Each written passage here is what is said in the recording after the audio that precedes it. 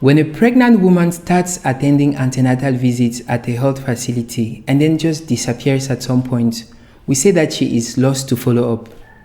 This could be problematic because maybe lost to follow-up cases won't reap the full benefits of antenatal care, and maybe health facilities will end up with inaccurate data on pregnancy outcomes in women who went through antenatal visits.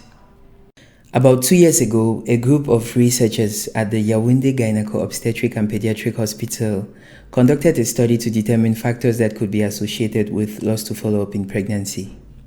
They also wanted to identify reasons why some of these women decided to stop attending antenatal visits at this hospital and find out how their pregnancies went. From time to time, I will be using part of the data collected in this study to discuss different aspects of health research on the Fishboard channel. So in this video, I just want to describe how the study was conducted to provide some context for future videos. It was a retrospective study which took place between November 2019 and June 2020. All the women who started antenatal visits in that hospital in 2018 were eligible and invited to join the study, regardless of whether they completed pregnancy follow-up and gave birth at the hospital. The hospital records were mainly used to identify these women and get their phone numbers. Most of the data was obtained through face-to-face interviews and later on telephone interviews when the COVID pandemic was officially declared in Cameroon. There were just 3 investigators in a study, so it must have been quite a demanding task to interview all those women. But I can think of 2 advantages of collecting data this way. The first is that they could collect specific data for the study, the type of data which are not routinely collected, such as the women's perception of the cost of antenatal care and the cost of delivery at that hospital, which in Cameroon are mainly covered by the women and their families.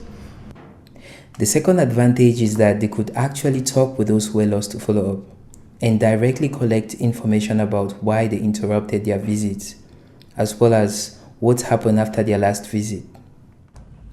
They collected quantitative and qualitative data using a questionnaire which addressed various domains that may be related to loss to follow-up in pregnancy. There was a single item in the questionnaire that determined whether a participant was lost to follow-up or not. So participants who indicated having given birth in another health facility were recorded as being lost to follow-up, whereas those who gave birth at this hospital were recorded as not being lost to follow-up. Data was collected on printed questionnaires and then transferred onto a statistical package for analysis. They used SPSS, and this is what their data set looked like. Sometimes it is at this stage that a statistician or an epidemiologist is contacted to just perform some magic with the statistical package and generate precise and unbiased results for the study. This is really unfortunate because statistics is more about good design than fancy calculations, and there is usually very little that can be done at this stage to improve the quality of the study. Ideally, the data analyst for a study should be associated right at the protocol writing stage to minimize error throughout the study. Here is a flow diagram which summarizes how participants got in and out of the study. 2,467 women who started antenatal visits at this hospital in that period were invited for the study. 771 responded positively, but just 405 were interviewed, of which 41% were lost to follow-up cases. How accurately this 41% represents the proportion of lost to follow-up in this cohort strongly depends on the missing data. That is, data from those who could not be interviewed. If data was missing at random, then we would say that in 2018, about 2 out of every 5 women who started antenatal visits at this hospital got lost to follow-up at some point. Unfortunately, we couldn't find similar studies in the same context to compare this rate.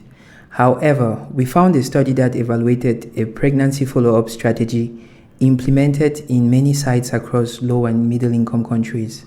In these sites, the rate of loss to follow-up in pregnancy was typically less than 2%, which implies that something can be done to improve follow-up in pregnancy.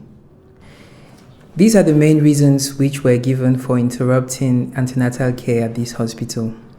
There is a lot to discuss from this study, but I have to stop here. Hopefully, at this point, I have managed to give you an idea about how the study was conducted. Fouda Nadine was the main investigator, so whenever I will be using data from this study to treat a particular topic, I will be referring to it as the Fouda Nadine study. So yeah, we thank Nadine and her supervisors for the permission to use the data for our tutorial videos. Hope you enjoyed this little presentation. If you have any questions, just ask, I'll be happy to answer. So yeah, see you in the next video. Bye bye.